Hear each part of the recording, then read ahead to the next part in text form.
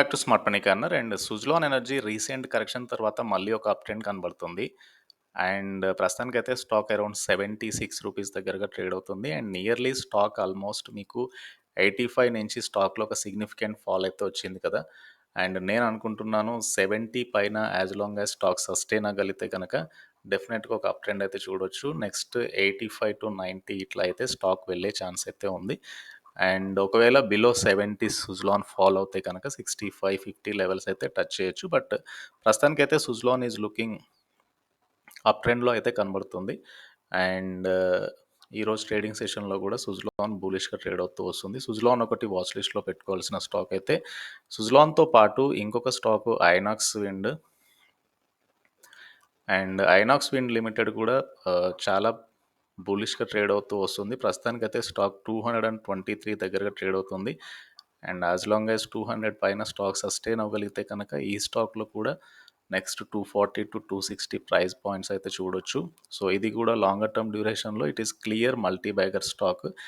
And ఫర్దర్గా కూడా ఆ ట్రెండ్ అయితే వెళ్ళే ఛాన్స్ ఉంది ఐనాక్స్ విండ్ లిమిటెడ్. అండ్ ఇదొకటి వాచ్ లిస్ట్లో అయితే పెట్టుకోవాల్సిన stock.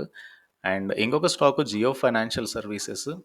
Jio financial services almost recent high ఏదైతే ఉందో 400 నుంచి మీకు ఒక ఫాల్ కనిపించింది కదా. ప్రస్తుతానికైతే లాంగ్ టర్మ్ చార్ట్లో మళ్ళీ ఒక అప్ ట్రెండ్ కనబడుతుంది.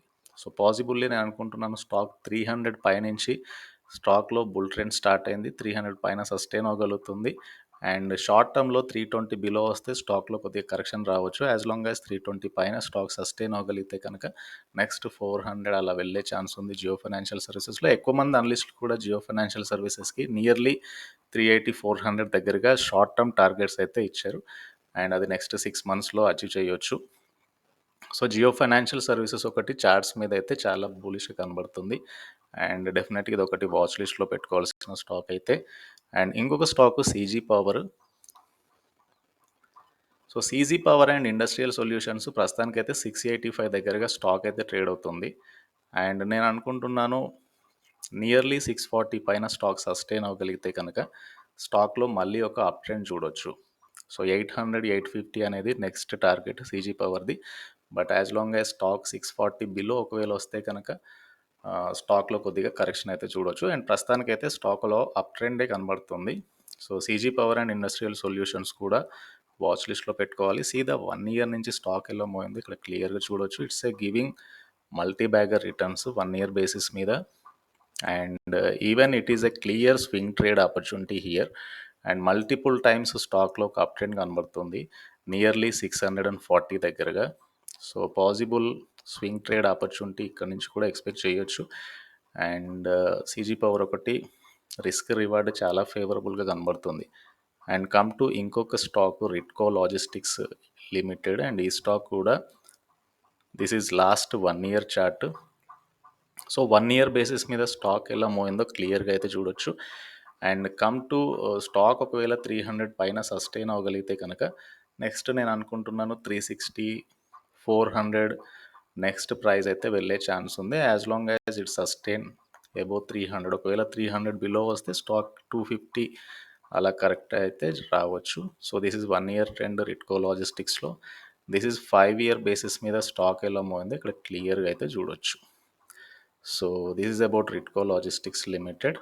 అండ్ ఈ స్టాక్కి సంబంధించిన డీటెయిల్స్ అయితే. ఇంకొకటి ఆలంబిక్.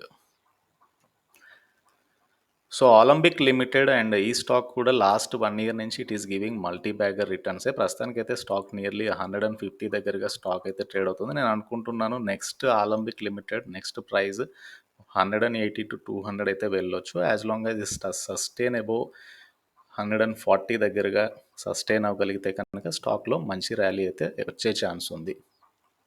సో ఈ స్టాక్లో కూడా 100 పైనుంచి మంచి అప్ సైడ్ అయితే కనబడుతుంది ఆలంబిక్ లిమిటెడ్. అండ్ లాస్ట్ 1 ఇయర్ నుంచి it is giving multi bagger returns.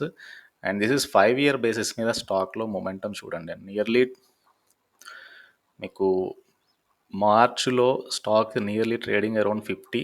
అక్కడి నుంచి మీకు ఆల్మోస్ట్ 3.5 టైమ్స్ పెరిగింది. సో స్టిల్ ఇక్కడ నుంచి కూడా అవుట్లుక్ అయితే బులిష్గా ఉండే ఛాన్స్ ఉంది. So this is about Alembic limited and ఈ స్టాక్కి సంబంధించిన డీటెయిల్స్.